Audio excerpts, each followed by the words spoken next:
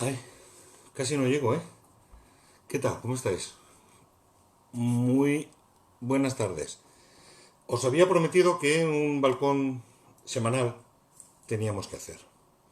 Y me ha costado, ¿eh? Me ha costado porque, fijaros, hoy es domingo, 10 de mayo de 2020 y acabo de prepararlo. Em, ¿Qué es lo que os he preparado? A ver, que quite cosas de aquí.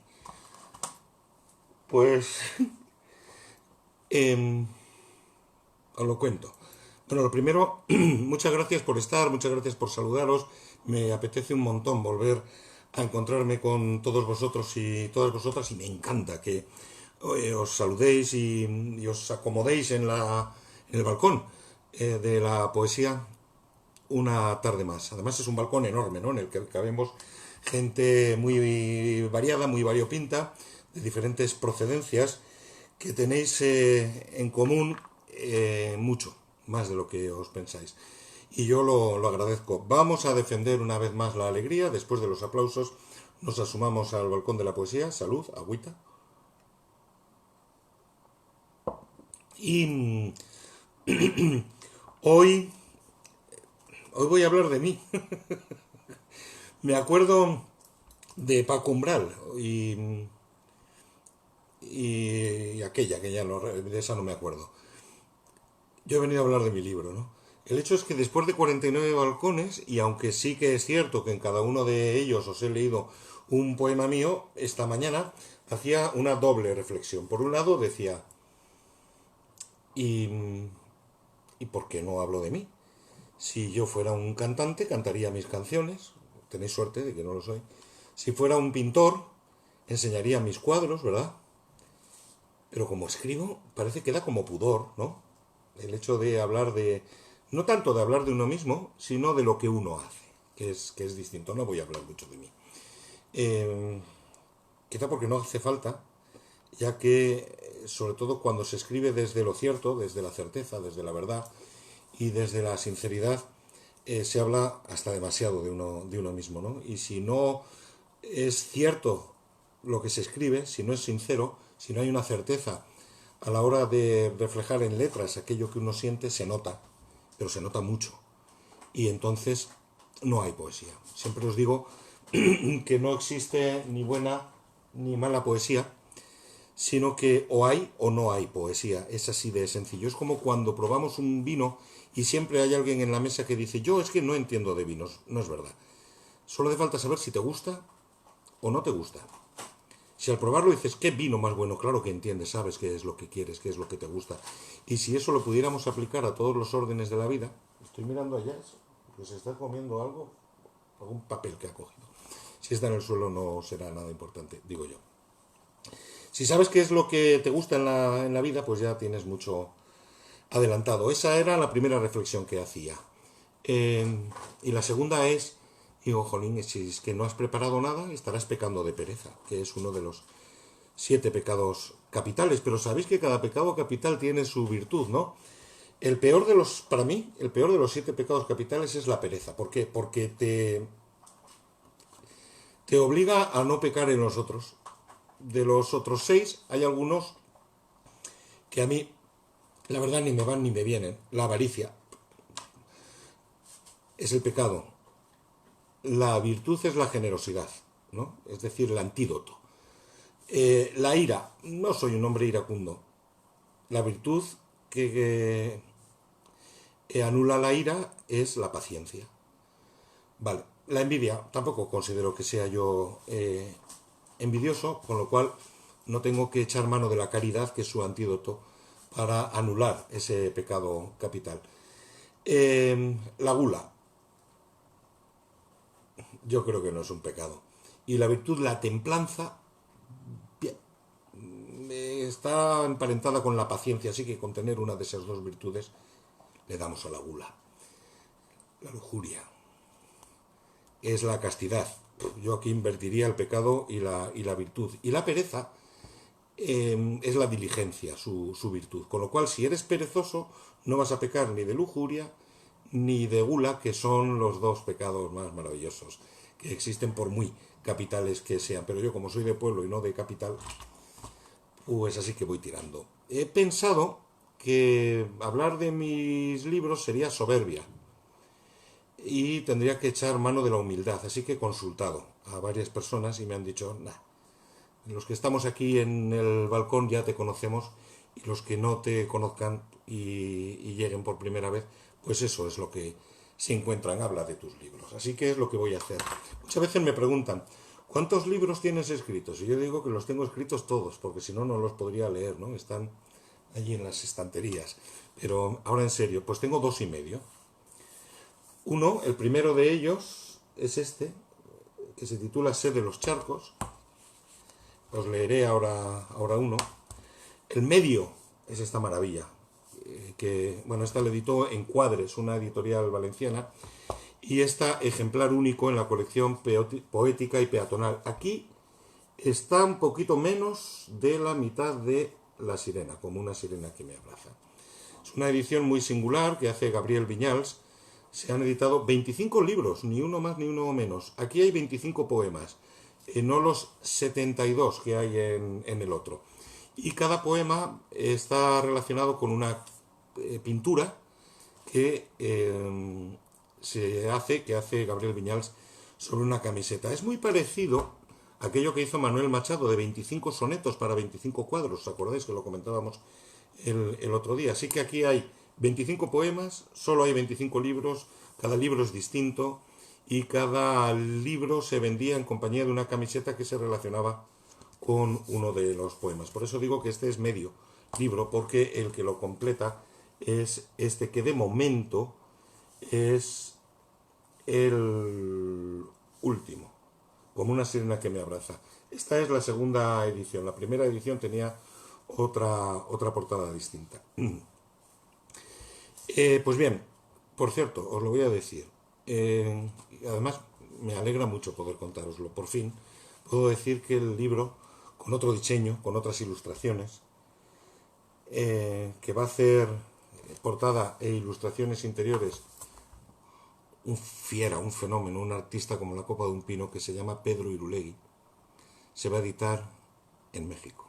Y me hace una ilusión enorme que una editorial de México se haya interesado por el libro como una sirena que me abraza para editarlo en un país al que yo quiero mucho y al que la literatura española debe muchísimo.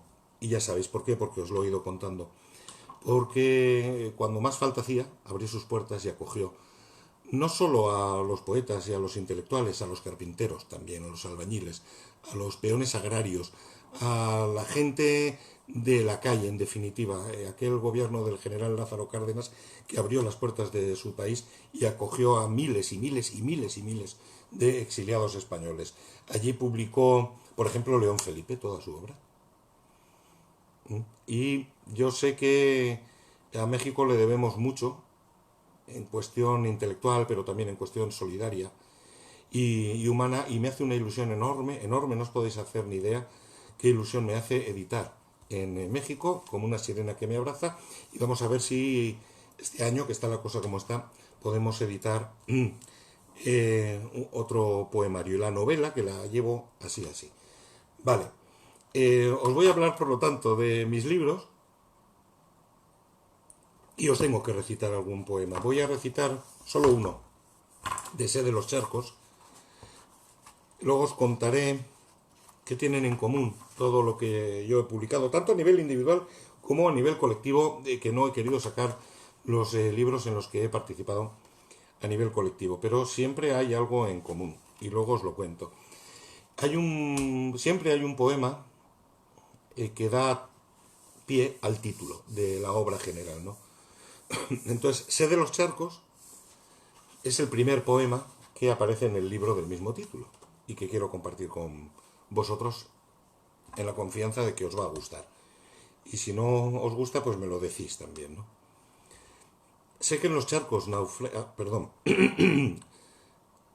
Empiezo. Sé que en los charcos naufragan nubes repetidas. Sé que en los mares de otros mundos los espejos se rompen repetidos, en miles de espejos repetidos. Hay charcos oscuros donde duermen las miradas que pierden los transeúntes rotos. Luego están los océanos, donde navegan las risas, como antes lo hicieron el charol, la comba y la fruta. Si se pierden las nubes en la sombra de la calle, brújula de prisas sin silencios. Si lo perdido halla en el eco un reflejo, es pareja destinada a este lado del azogue. La princesa del charco. Lucen el pelo revuelto las banderas sin sueños de la arena, como luces que avivan los misterios.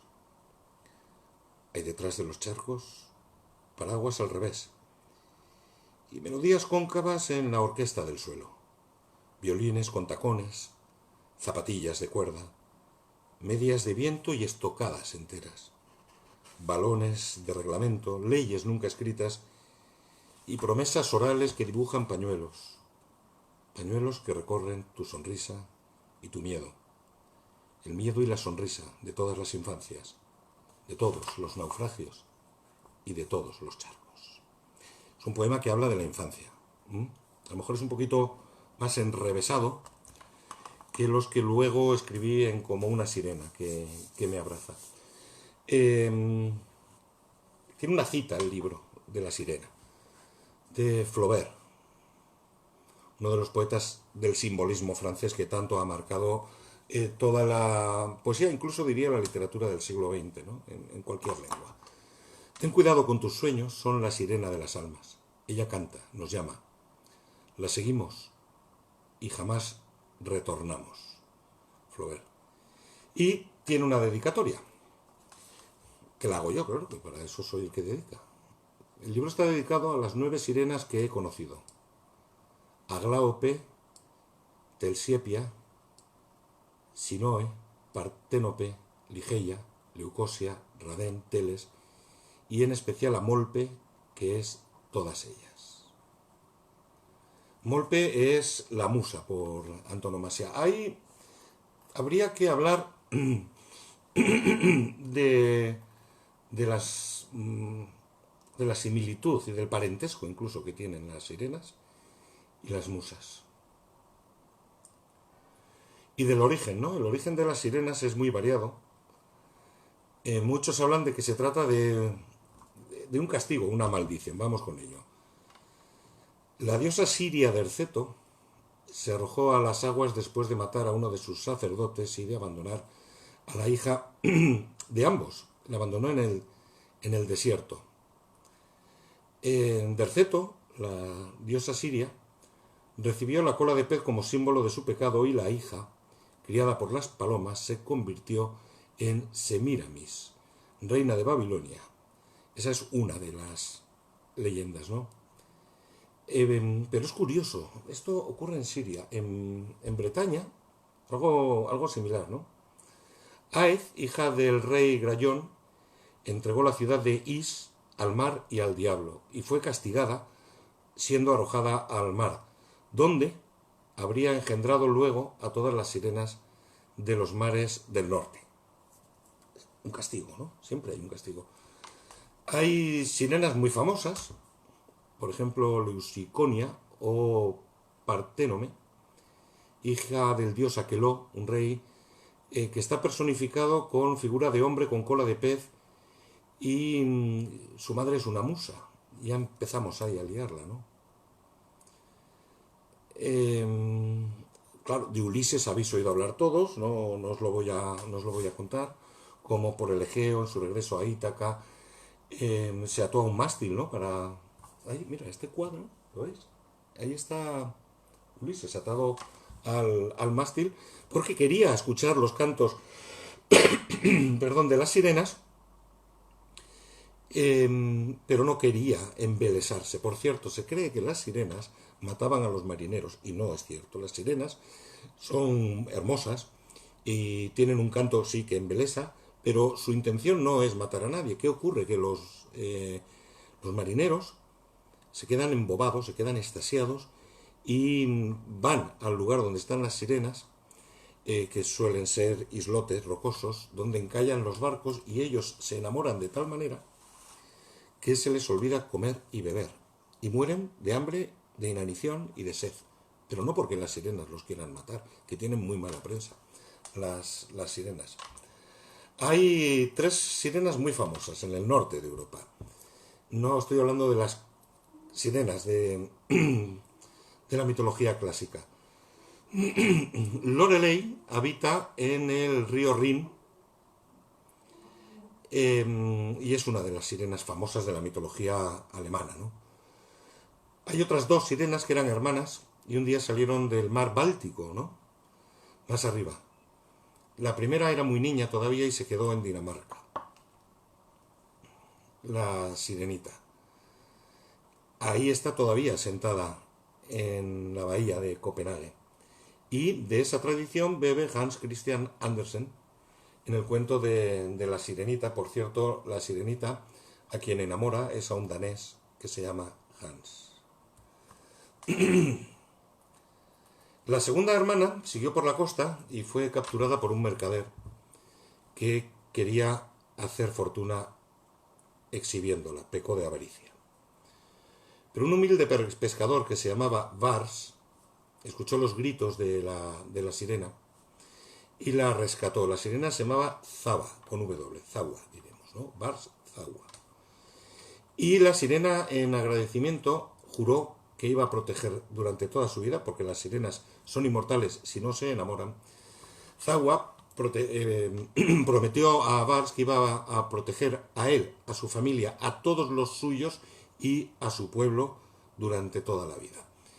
Hay una ciudad que tiene el nombre del humilde pescador y de la sirena, y que todavía existe, y es una ciudad potente, que se llama Warszawa, en polaco, Varsovia. Así que ya tenemos una ciudad que tiene el nombre de una sirena, otra ciudad, Copenhague, que tiene adoptada a una sirenita.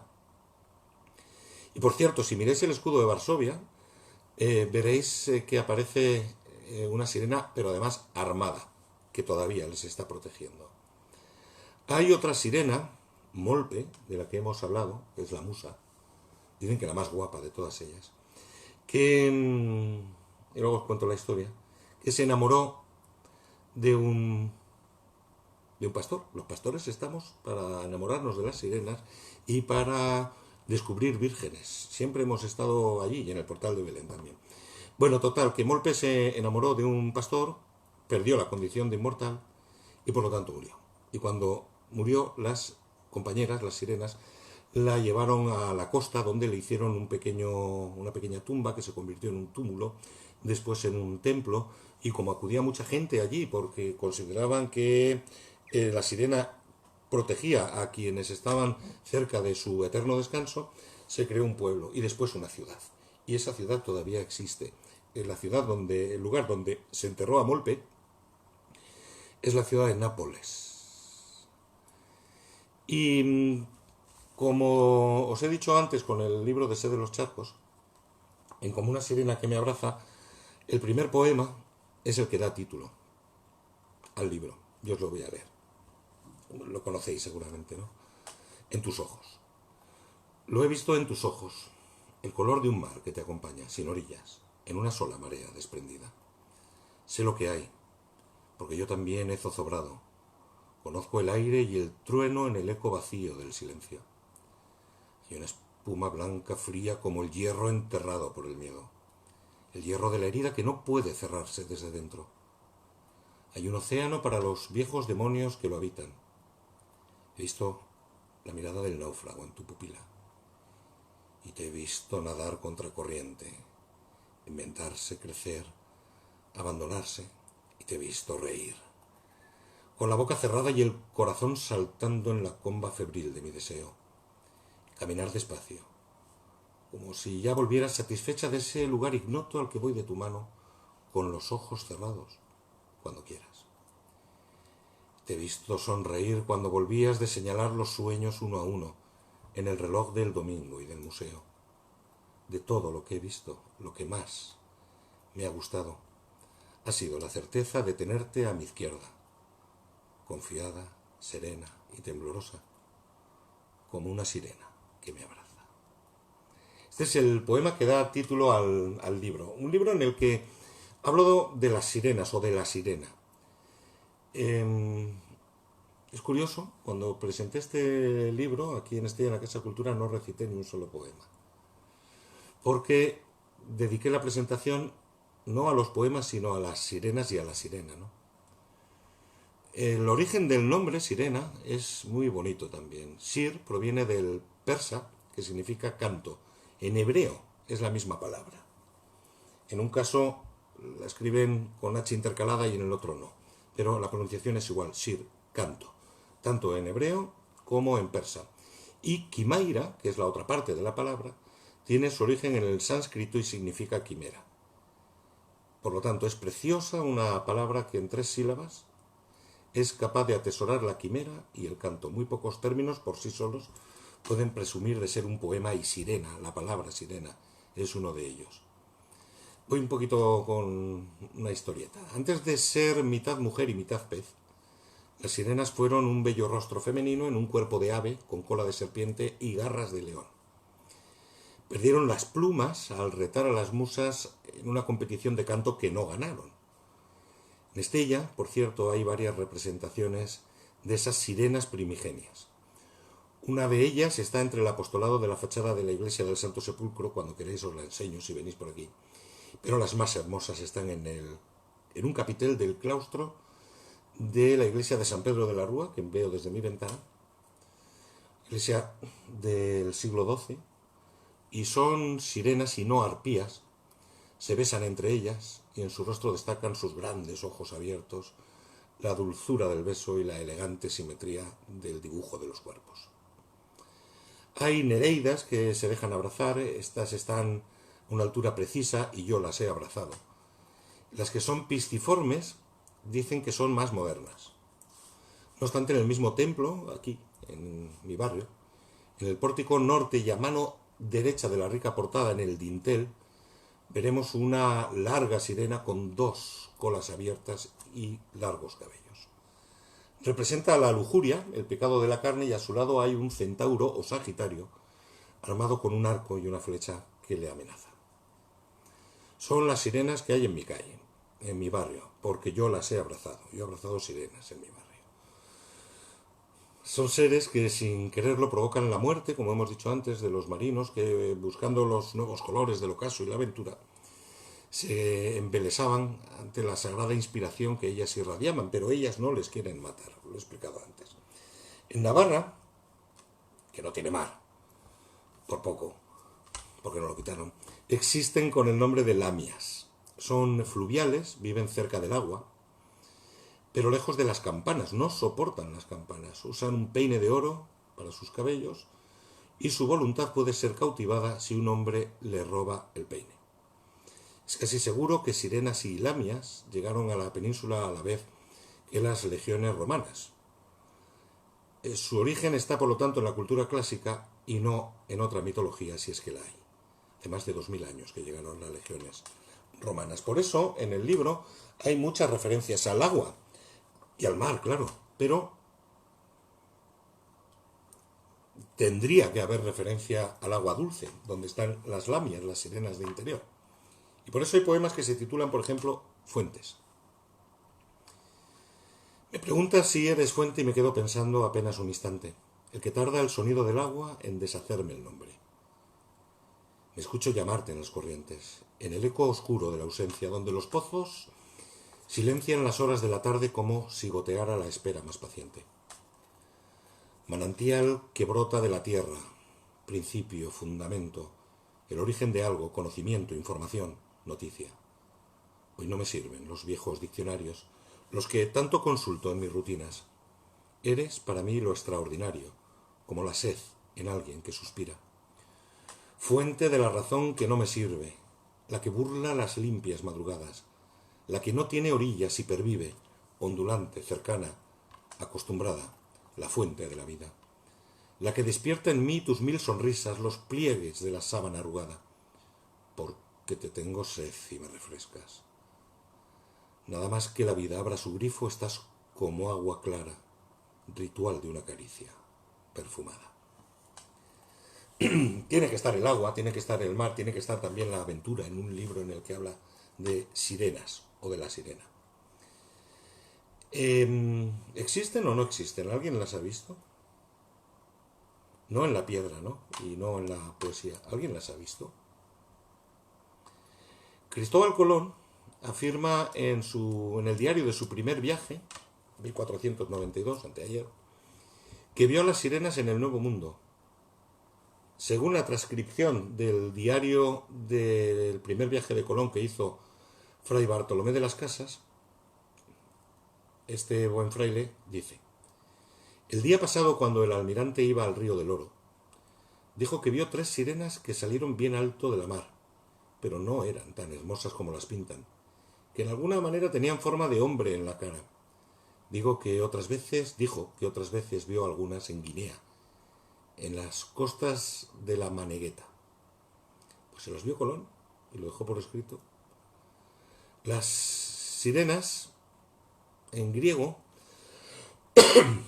se traduce no como canto quimera o quimera canto, sino como las que atan, las que encadenan. Lo relacionan, sí, con la palabra sir del persa y con la palabra quimaira del sánscrito. Originalmente en la antigüedad clásica, ya hemos dicho que se le representaba de otra manera, más como arpías, ¿no? Lo que consideramos ahora como arpías, que como sirenas. Es a partir de la Edad Media cuando ya se les atribuye esa apariencia pisciforme y llegan a ser hermosas mujeres con cola de pez en lugar de piernas, que moraban en las profundidades del mar, pero también en las riberas de las islas, sobre todo del Egeo.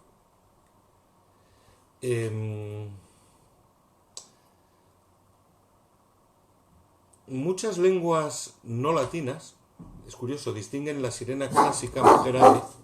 Vale, ya. Ven. Un ruido por ahí. Distinguen la sirena clásica mujer ave, en inglés siren, en alemán sirene, de la sirena con cola de pez, en inglés mermaid, en alemán Mürgenfrau, tratándose de hecho de criaturas diferentes, y las hay en mi calle, criaturas diferentes, ¿no? Es curioso. Son siempre criaturas difusas debido a ese remoto trasfondo de su origen, ¿no? A la leyenda. Está íntimamente ligada a la figura de la sirena al mundo de los muertos. La tradición las ha ido acotando en una isla rocosa del Mediterráneo, en la isla italiana de Capri. Allí probablemente es donde llegaron las sirenas cuando fueron desterradas del Olimpo por las musas tras perder esa competición de canto, en Capri, en el centro del Mediterráneo. Hay otros relatos que, sin embargo, las hacen descender de los dioses fluviales, y aquí encajaría esa figura de la Lamia, que es tan conocida en Navarra, en el País Vasco, pero ojo, también en otros lugares, en Extremadura y en La Mancha, con otros nombres, ¿no?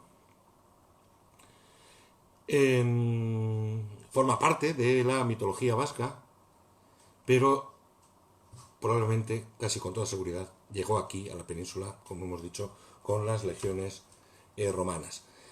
¿Cuántas son? Entre 2, entre 5. Conocemos sus nombres, ya os lo he dicho. Y a lo mejor es una cuestión de fe, ¿no? De creer en ellas, como se cree en las hadas, o en los gnomos, o en la lotería, o en el amor. Lo que pasa es que hay que creer a pies juntillas. Yo creo firmemente, y a pies juntillas, que sin poesía seríamos distintos, mucho más ariscos, esquinados, hasta más certeros, disputando esperanzas, pero muy lamentables en el arado nuevo. Solo la poesía permite que germinen compañías extrañas. Solo el gramo preciso del suspiro y la música exacta de la risa pueden discutirle a las ciencias exactas la razón que no tienen los días laborables. Creo en la poesía de todas las miradas, en los ojos envueltos en la arena del sueño, y sé que en la sal de las legañas nuevas hay tesoros, piratas, recompensas, armisticios sin treguas y emboscadas. Creo en la poesía como un pulmón que sabe respirarnos. La primera referencia que tenemos escrita, es decir, histórica, en relación a las sirenas está en la Odisea de Homero. Como he dicho, están muy relacionadas con el otro mundo, con el más allá, con el inframundo o el transmundo. Y es muy posible que iconográficamente en un principio representaran a los espíritus de los difuntos. Se las considera también encargadas de transportar las almas al Hades, al infierno. Homero nunca dice que las sirenas mataran a nadie, ni se comieran a nadie, ni provocaran el naufragio de ningún barco, ya lo hemos explicado anteriormente.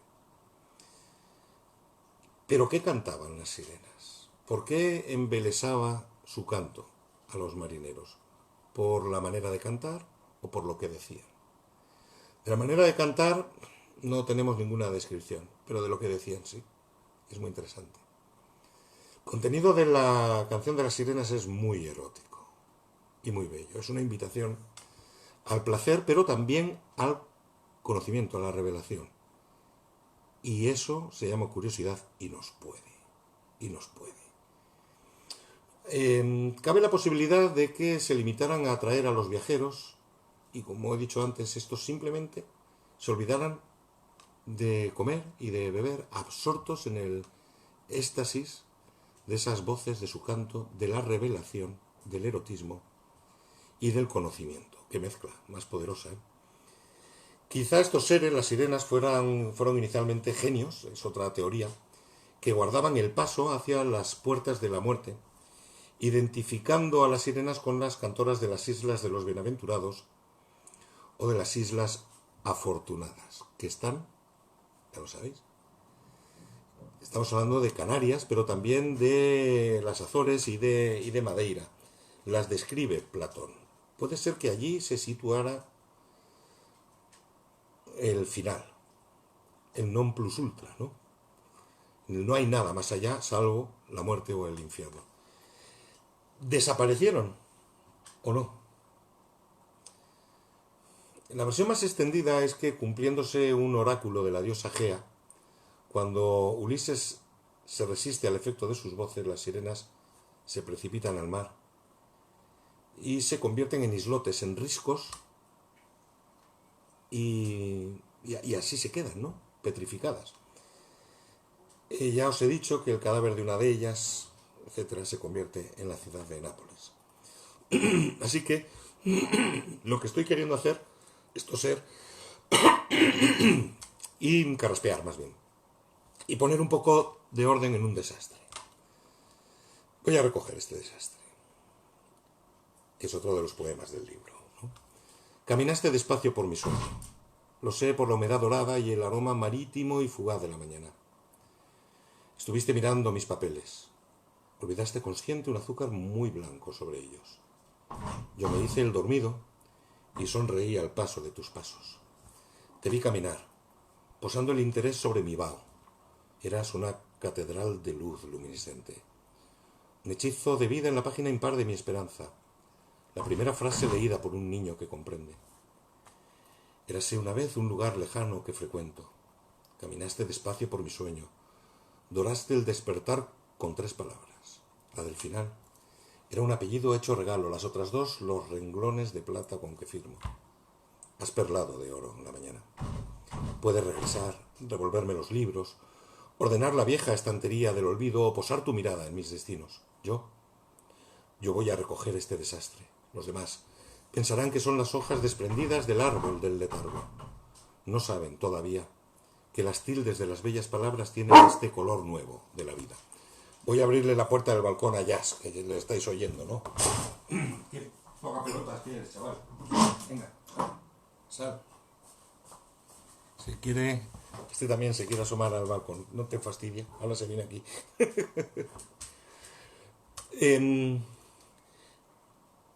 Pensamos siempre que todo ha comenzado en Occidente, ¿no? ¿Os habéis parado a pensar que Ulises, del que hemos hablado, ¿no? En la Odisea, es Sinbad el marino? Exactamente igual. Es la misma historia. Probablemente Homero, si es que existió, o quienes compilaron esa historia, la conocieron porque llegó de Oriente. En Oriente las primeras historias que conocemos sobre sirenas aparecieron en Asiria antes del año 1000 antes de Cristo. Pero es curioso cómo desde Oriente y hasta el norte, ¿no? En las Islas Británicas las sirenas se observan en el folclore como presagios de mala suerte. En Irlanda, a los sirénidos, que los hay, les llaman merrows. Todo hombre o mujer que le roba la prenda a un merrow tiene poder sobre él y en muchos relatos ha habido matrimonios con descendencia. En la mitología escocesa hay una sirena que se llama Ceasg, o doncella de las olas. La parte inferior de esta sirena es la de un salmón. Bueno, y se dice que aquellos que la capturan les concede 3 deseos si la devuelven al agua, pero que cuando un hombre se enamora de ella, la mujer salmón lo seduce y lo arrastra a las profundidades. Es puñetera. En China, las sirenas son una especie cuyas lágrimas se convierten en perlas preciosas y está mal visto que los pescadores quieran capturarlas. La península ibérica. En Cantabria está la sirenuca, no se podía llamar de otra manera, una sirena que antes fue humana y que alerta con su canto a los marineros que se acercan peligrosamente a los acantilados. ¿Veis? Esta es una de las pocas sirenas benévolas de la mitología europea. En el País Vasco y Navarra tenemos las lamias, larga cola de pez o de serpiente. Pasan horas y horas peinándose sus cabellos con peines de oro. ¿Os acordáis del villancico? Están siempre cerca del agua, de los ríos, de las fuentes, de los lavaderos, de los abrevaderos, de los pozos, pero lejos de las campanas porque no aguantan el tañido y por lo tanto nunca estarán cerca de las iglesias o de las ermitas. Quien quiera dominarlas solo tiene que robarles el peine, eso las enfurece. En un momento de ira pueden ahogar al ladrón o traer mal tiempo, tormentas, como venganza. Pero si se aguanta, la dominas y serás el dueño de su voluntad. Ojo, el peine de oro no se puede ni romper, ni tirar, ni destruir, por lo tanto, sino esconder. Si ella lo recupera, prepárate.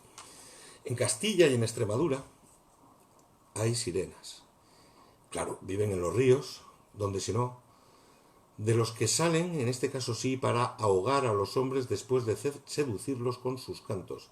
Se cree que hay una sirena que nada por las aguas del Tajo, cerca de un pueblo de Cáceres que se llama Garrobillas, y otra que cada noche de San Blas sale de la fuente de Luná de Usagre, en Badajoz, para atraer y ahogar a sus víctimas. Son puñeteras. Galicia existe Marina, que es una sirena buena, totalmente hermosa y muy enamoradiza.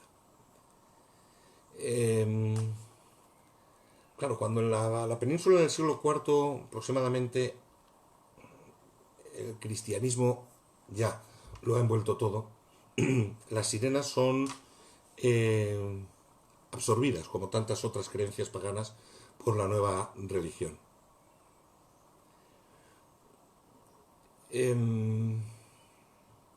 Y se convierten en seres diabólicos, ¿no? En brujas. Ese puede ser también uno de los orígenes de las brujas, ¿no? La sirena se siguió utilizando, por lo tanto, como un símbolo de tentación por parte del cristianismo. Se vinculó con la lujuria.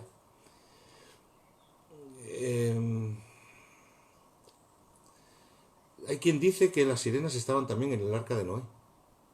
Antonio de Lorea y Atanasio Kircher, dos estudiosos de la Edad Media, coincidían en ese parecer. Otros creen que las sirenas eran pecadoras, que lograron sobrevivir al diluvio, pero también dicen que Dios no crea seres que son mitad humanos y mitad animales. Pues vaya que sí los crea. Ya lo creo que sí. Pero el agua está siempre, está presente, ¿verdad? Es la vida, ¿no? El agua y su plural se titula este poema.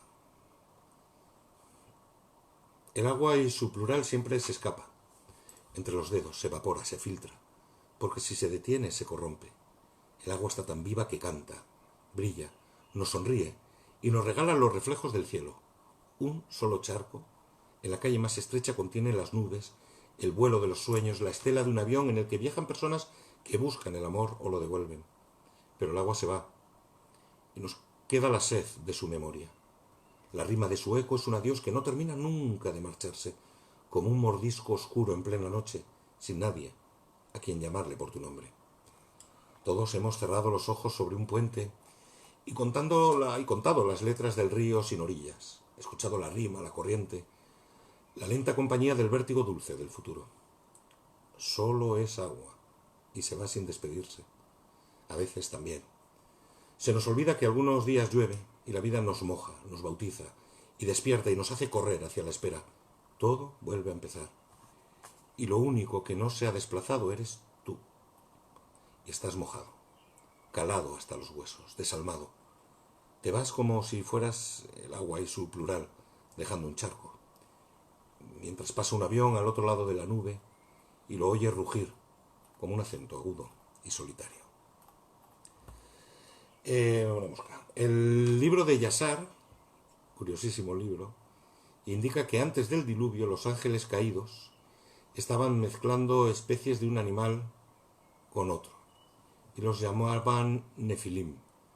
En las 1001 noches, donde aparece Sinbad el marino como precursor de Ulises, en las 1001 noches también aparecen las sirenas y se conciben como anatómicamente idénticas a los seres humanos con una única distinción: la capacidad de respirar y de vivir bajo el agua.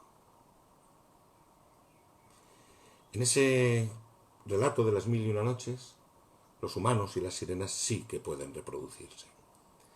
Como resultado, los hijos de estas uniones tienen la capacidad de vivir bajo el agua. Digamos que son anfibios, ¿no? Es una metáfora. Se puede vivir en dos mundos a la vez, es lo que nos está diciendo. Eso lo mezclan los griegos, Platón, con la puerta del inframundo, ¿no? En las Islas Afortunadas. Y nos crea una mitología absolutamente rica y preciosa, ¿no? Que mantenemos en nuestra memoria, porque no puede ser de otra manera, porque estamos influidos por todas esas historias, por todo ese conocimiento y esa revelación.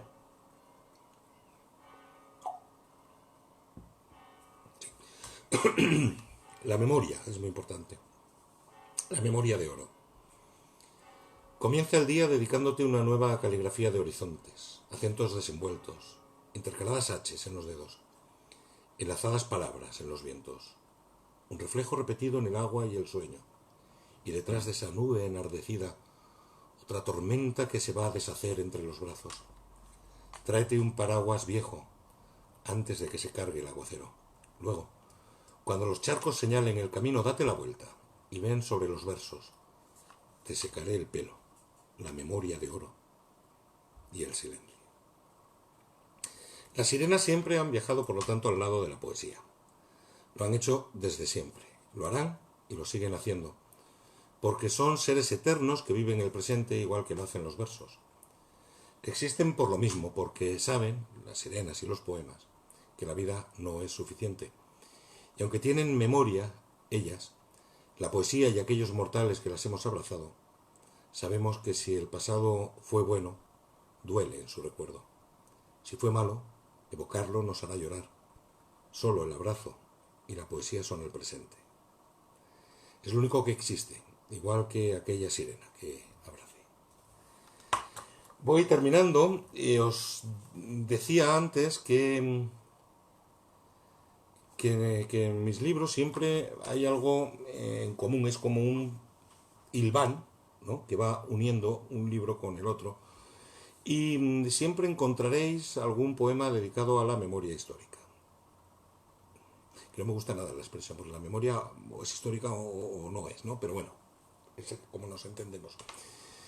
En Sé de los Charcos está ese poema dedicado a mi padre, 14 siempre de abril, que lo leí un día. Aquí hay un par de ellos. Hoy os quiero contar la historia breve y cruel de Maravillas Lamberto, una moceta, tenía 14 años, de La Raga, un pueblecito que está a poco más de 10 minutos de Estella, Y cuando se produce el golpe de Estado que desemboca en la incivil Guerra Civil Española el 18 de julio de 1936, su padre era secretario municipal y era republicano. Entonces van los carlistas, autoindultados, muy autoindultados, después de el dolor que provocaron, la crueldad que engendraron, se autoindultaron, pero bueno, como todo el mundo, porque aquí nadie ha pagado absolutamente ninguna cuenta, ¿no? Después de todo lo ocurrido entre el 18 de julio del 36 y vamos a poner una fecha, el 20 de noviembre del 75, que es cuando muere ese sapo iscariote y ladrón, como le llamaba León Felipe a Francisco Franco. Bueno, van a casa de Maravillas Lamberto y se llevan a su padre. La chavala, con 14 años, se agarra a las piernas de su padre y dice que a donde vaya él, va ella. Y los carlistas se la llevan a los bajos del ayuntamiento y delante del padre violan a la hija, delante de la hija torturan al padre. Y por la noche, no de ese mismo día, después, la llevan en un coche a un pueblecito, a las afueras de un pueblecito que está a los pies de la Sierra de Andía, pegadito a Estella. El pueblo se llama Ibiricu de Hierri. Y bueno, probablemente la violaron otra vez. Decían que era guapísima la moza. Y le pegaron unos tiros y la abandonaron en el bosque. En el bosque, al cabo de unos días, un perro aparece en el pueblo y lleva el brazo, uno de los brazos de la niña, en las fauces, lo cual asusta muchísimo en el pueblo y salen unos hombres a buscar el cadáver, lo encuentran y asustados como estaban lo que hacen es rociarlo de gasolina y quemarlo. Qué horror, ¿verdad? Qué horror. A la familia les quitaron las propiedades, se tuvieron que ir, la madre metió en un convento a una de las hijas porque se estaban muriendo literalmente de hambre y no les dejaron regresar a su pueblo. Entonces yo escribí un poema que está aquí, engarzado, que se titula A Maravillas Lamberto, en Ibiricu de Hierri. Ah, una cosa. Los curas, en el 36, aquí en Navarra, prohibieron fusilar a vírgenes. ¿Vale? Bien. ¿Qué hicieron los carlistas? Y los falangistas, pero aquí sobre todo lo que había eran carlistas. Violarlas antes de fusilarlas, porque ya habían dejado de ser vírgenes. Duro, ¿eh? A Maravillas Lamberto en Ibiricu de Hierri. Entre el abrazo y el adiós quedó la mano sola, mojada el alma. Y en la mañana un gesto de soledad vacía. Las hojas de un árbol dibujaron caricias y en el viento un suspiro desconsolado y esquivo. Dejó solo 2 gotas de agua. Luego pasó un perro. Los que le ladraron dormían en su casa, con sus hijos, como ahora. Solo tuvo 14 años.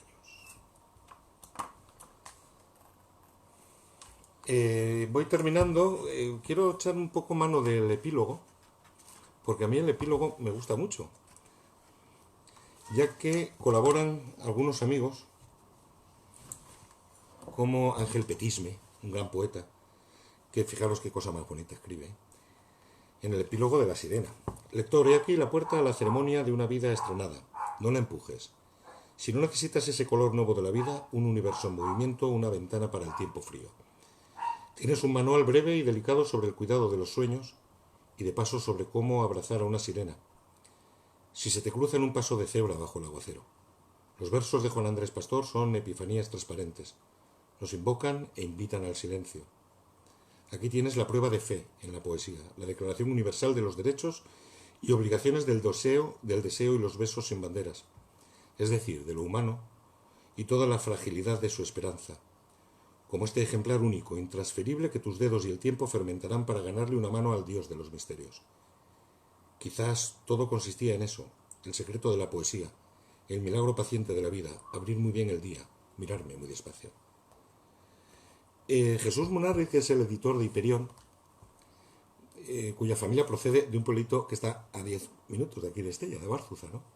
Hiperión es, que me perdonen los demás, la editorial poética más importante que existe en lengua castellana, sin ninguna duda. Y dice Jesús Munarriz: Juan Andrés Pastor escucha las historias que se cuentan en las nubes, se hace el dormido para averiguar qué pasa en los sueños, descubre el universo creado en los charcos, ve mares en los ojos de la amada, por algo es una sirena, guarda tesoros sin valor contable, busca en otoño flores, quiere que versos y besos sean libres y cree en la verdad, la esperanza y la vida. O sea, es un poeta, porque solo a un poeta le pasan estas cosas y por eso las cuenta. Las escribe, nos las da para que los demás también las disfrutemos con él. Entrando en este libro compartimos un mundo rico, imaginativo, acogedor, vale la pena. Luis Antonio de Villena dice: la poesía de Juan Andrés Pastor busca intensidad, la pasión, a veces suave, que vive bajo la piel. Poesía del ardor oculto y del bien hacer.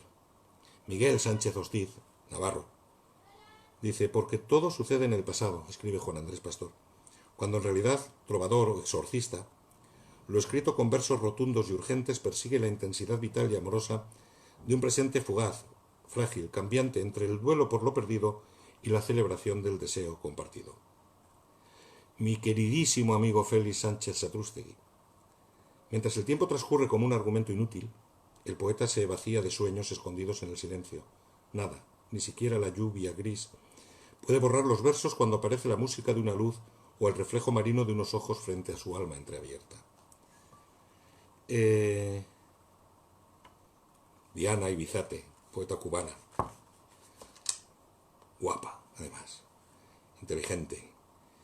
Y una gran poeta. Estamos ante unos versos que se dejan caer como hojas de hierba, entonando los cantos de humanismo whitmaniano. Juan Andrés Pastor nos ofrece la poesía como una suerte de espacio para la salvación, sin la cual se nos daría muy mal conducir el arado nuevo que siembra nuevos versos. Y, bueno, Joaquín Brotons, cascarrabias de Brotons. Escribe mucho, leo solo un poquito. En fin, que el libro es lo que quiere ser, un poemario escrito por un hombre del pueblo llano y para el pueblo, que vive una vida normal, que es la que comparte con él en bares y tabernas, en Somada Tierra, junto a su fiel y buen amigo y compañero en las tareas editoriales y artísticas. Juan Andrés es un buen catador. La poesía de Juan Andrés Pastor es una poesía sencilla, clara, que llega a todos los lectores, dado que utiliza un lenguaje normal, nada hermético, ya que no pertenece a la legión de debates que escriben para catedráticos y mirándose en el espejo. Sus versos son parte de su propia vida, dado que, como ya he escrito anteriormente, es un hedonista, un vitalista que pone la vida por encima de la literatura. No pretende ser García Lorca, ni Cernuda, ni Alexandre. Solamente quiere ser él, y eso lo consigue plenamente. Le debo un abrazo yo a este hombre, pero báquico, como te gustan a ti, Joaquín. Y termino con unos haikus de Ángel de Miguel. A los que vivís por aquí os suena, ¿verdad? Dice don Ángel: musicalísimo rebaño de la nieve, pastor en ascuas, gotas de luz, el amor, esa escarcha de fuego y charcos, tu corazón, Mesopotamia herida por 1000 poemas, sobre 10 versos los abrazos colgantes de un cine pálido, limón rallado, magdalenas de Proust y una sirena.